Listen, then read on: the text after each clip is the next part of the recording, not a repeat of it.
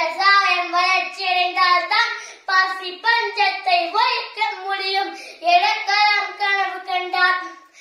வேளாண்மை, கல்வி, உடல்நலம், வேலை வாய்ப்பு போன்ற துறைகளில் இந்தியா அதீத வளர்ச்சியடைந்து நாட்டில் வறுமை ஒழிய வேண்டும் என கலாம் கனவு கண்டார்.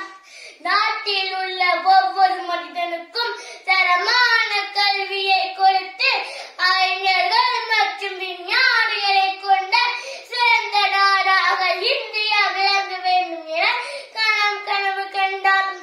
மாணவர்களுக்கு தரமான கல்வியை கொடுத்து சிறந்த செயல்திறன் உடையவர்களாக மாற்றினால் வேலையில்லா திண்டாட்டத்தை ஒழிக்க முடியும் என கலாம் கனவு கண்டார்.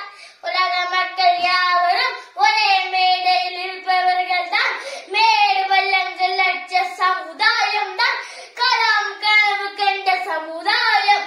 20 வருடங்களுக்கு முன் கலாம் கண்ட கனவு முற்றிலும் நிறைவேறிவிட்டதா என்றால் நிச்சயம் இல்லை என்றுதான் சொல்ல வேண்டும். அவர் கண்ட கனவை நிஜமாக்க நாம் இன்னும் சேர்த்தை எடுத்து அவரவர் துறையில் உழைக்க வேண்டும்.